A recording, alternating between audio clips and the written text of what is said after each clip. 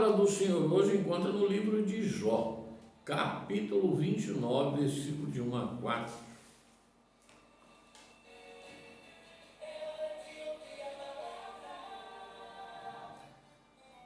Ouçamos a palavra do Senhor.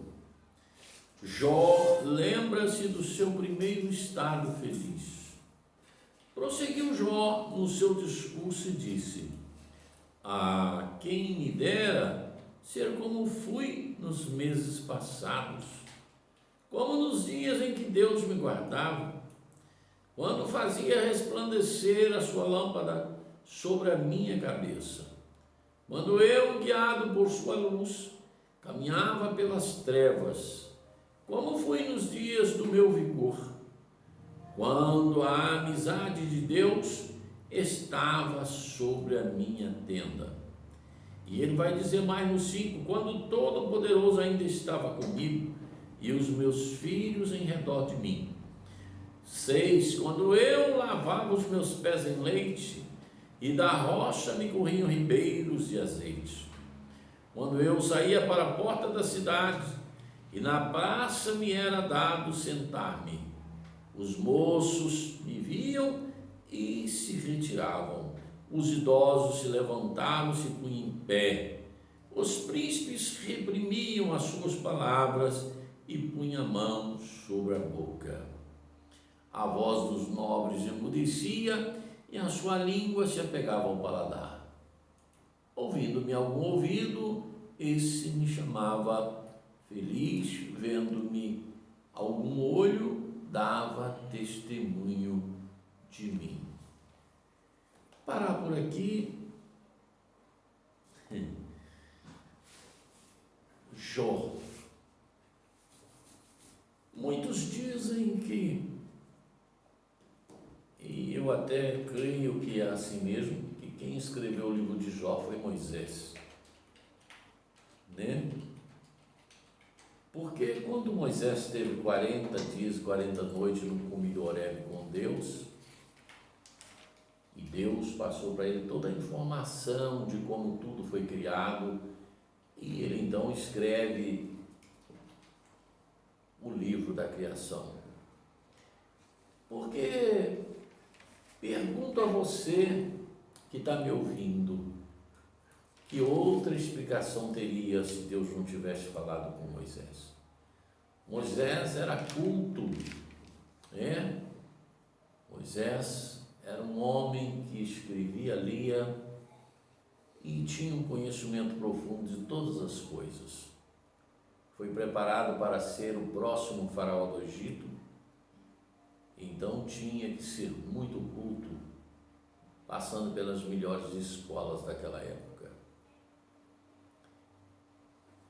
Escute isso, e creio que Deus, nesse período de 40 dias, 40 noites, revelou a Moisés tudo, e de maneira especial a vida de Jó. Quem foi Jó?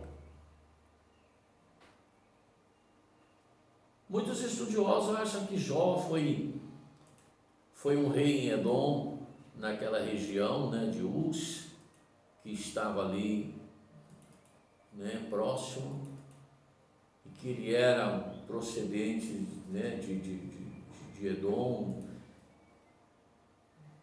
e foi um rei, um príncipe e um rei naquela região. Outros acreditam que não, que ele viveu naquelas regiões, mas era um homem muito poderoso, muito rico, e que tinha o coração em Deus. Nas suas riquezas ele tinha, mas não tinha o coração nelas. Percebe-se que Jó foi um homem muito feliz no primeiro estado da sua vida. Eu posso falar de 3 estados da vida de Jó. O primeiro, em que ele foi muito feliz, ao chegar às praças, né, os senhores, os anciãos daquela época levantavam com respeito para que Jó sentasse. Os jovens afastavam, porque estava chegando alguém de um escalão muito alto, muito poderoso. E quando alguém via Jó, falava bem dele. A Bíblia vai descrever que Jó foi o olho do cego, foi a muleta do aleijado. Jó foi o homem que matou a fome de muitos naquela região. Era um homem importante e era respeitado de uma forma muito grande. A Bíblia diz que ele tinha milhares e milhares de pessoas que trabalhavam para ele, né, que o servia, e que a sua fortuna era incalculável. O primeiro estágio da vida de Jó foi exemplar, maravilhoso. Ele dizia que quando olhava para as rochas onde corria ribeiros de azeite para a sua vida, em que ele lavava os pés não em água, mas em leite, porque tinha tanto, né? Tinha muitas camelas, e uma camela produz aí uma quantidade de leite exemplar, né? Uma coisa fabulosa. E ele fazia isso. Então preste atenção que o primeiro estado da vida de Jó foi algo espetacular. E ele, quando aqui está falando no capítulo 29, ele está falando com saudade, ele está descrevendo o que foi o seu primeiro estado. Porque o segundo estado foi quando Satanás apresenta entre os filhos dos homens no céu, e Deus pergunta para ele: e aí, Satanás, de onde tem vindo? De rodear a terra. Viste lá meu servo Jó, como é fiel, justo, reto e íntegro a mim? Ele falou: claro que é, tem que ser. O Senhor dá tudo a ele é podre de rico. Tira as riquezas dele e vamos ver se ele não te nega. E o Senhor permite a Satanás tocar em todas as riquezas de Jó, e ele recebeu todas as notícias praticamente no mesmo dia, quem sabe um pedaço da noite, mas em todo o tempo saía um, chegava o outro, saía um, chegava o outro, todas as notícias. E mesmo perdendo todas as riquezas, porque o diabo achava que o coração de Jó estava nas riquezas, mesmo perdendo todas as riquezas, Jó não blasfemou contra Deus. A Bíblia diz que ele rasgou sua roupa, cobriu o seu corpo com cinza e adorou a Deus, porque ele disse: Deus me deu, Deus levou, bendito seja o nome do Senhor. E ele não falhou com Deus, ele não blasfemou, ele não murmurou, ele não fez nada disso. Então aí começa o segundo estado da vida de Jó, de uma tristeza tremenda em que a felicidade desapareceu. O segundo estado, E Jó vence tudo aquilo, e o diabo volta outra vez diante do Senhor, e Deus falou com ele que ele não tinha negado. Ele falou: pele por pele, carne por carne, vamos dizer assim, né? Ele está com saúde. O homem, quando tem saúde, ele tem tudo. Toca e vamos ver. Ele disse: o Senhor, toque não na vida dele, mas na carne pode tocar. O Satanás desce e mete uma chaga, uma lepra no corpo de Jó, da cabeça aos pés. Diz a Bíblia que Jó sentou num monte de cinza, um pedaço de pele raspava o seu corpo, e até o seu hálito fedia, porque ele já estava podre por dentro, e ele confessa que até os meus ossos estão apodrecidos. Então Jó vê todos os seus filhos mortos, toda a sua riqueza perdida, e o seu corpo numa lepra em que os pedaços saíam. Mas ele não negou o Senhor. E ele disse: eu sei que o meu Redentor vive, e que um dia levantará sobre a terra. Ele estava dizendo: meu Deus fará justiça por mim. Ele não negou o Senhor. Esse foi o segundo estado em que a esposa chega e diz para ele: deixa esse teu Deus e morre. Ela sabia que a vida dele estava na mão do Deus Todo-Poderoso. E ele disse: como posso fazer isso, mulher? Se fomos alegres e felizes quando Deus nos dava tudo, agora nós vamos negá-lo quando algo ruim está acontecendo? Não podemos fazer isso. Devemos continuar adorando ao Senhor. Estou aqui falando uma parte com minhas palavras, Esse é o segundo estado, e Jó não nega o Senhor e continua fiel. Mas vem o terceiro estado da vida de Jó, em que seus amigos o atormentam de uma maneira terrível, mas Jó não os condena de maneira nenhuma. E Deus fala com Jó. E neste momento em que Deus fala, que o Jó ouve a Deus, ele vai dizer algo encantador. Ele falou assim, e que com os meus ouvidos eu te ouvia, mas ele não podia ver Deus. Mas ele disse, mas agora com os meus olhos, com os meus próprios olhos, eu posso te ver. Olha que coisa linda. Deus apresenta para Jó, mostrando para ele, eu sou o Deus que cuida de ti. É lindo, é lindo.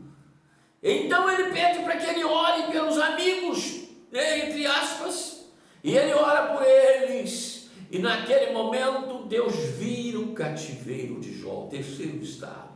Dá a ele 7 filhos, 3 filhas. A Bíblia diz que as mais lindas de toda a sua terra. Que toda a sua riqueza de volta e todo o seu respeito. A Bíblia diz que os seus irmãos, sua família, seus amigos foram até ele, levando pendentes de ouro, pulseiras de ouro, vasilhas de ouro, devolvendo a ele toda a riqueza que Satanás tinha tirado. E Jó torna-se, no seu terceiro estado, o homem muito mais feliz do que era.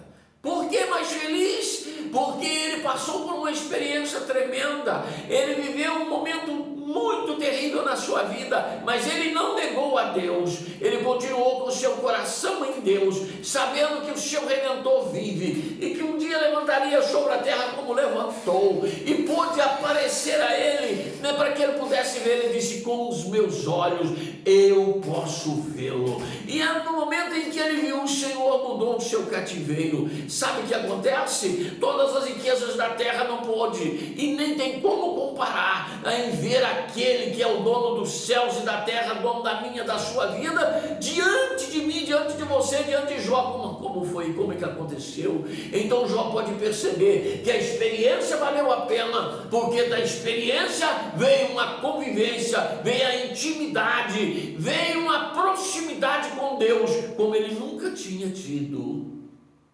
Hein? É algo tremendo.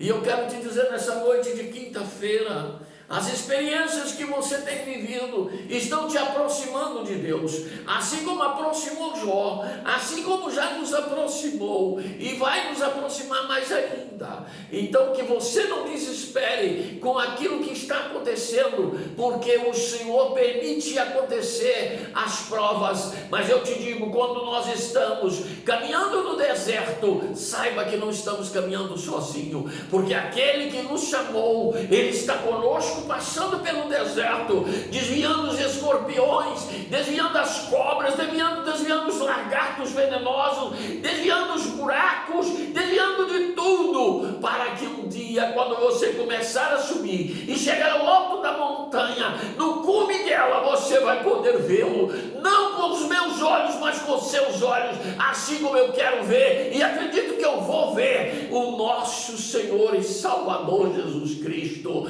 E eu poder dizer, valeu a pena ter passado por todas as provações, por tudo aquilo que o Senhor me levou, me deixou, permitiu eu passar, porque fui provado e aprovado, e agora eu posso vê-lo, e posso entender que viverei para sempre e eternamente com o Senhor. Oh, glórias! Você está entendendo aí? Está entendendo? Então vale a pena, viu? Ser fiel, ser íntegro, reto e justo, e amar a Deus de maneira muito especial, porque Ele cuida de nós. Não chore, não reclame, não murmure por nada que está acontecendo na tua vida, porque o prêmio é muito maior do que você possa imaginar. Amém? Que Deus continue abençoando a sua palavra, abençoando a tua vida, e que você possa guardar essa palavra aí no cantinho do teu coração.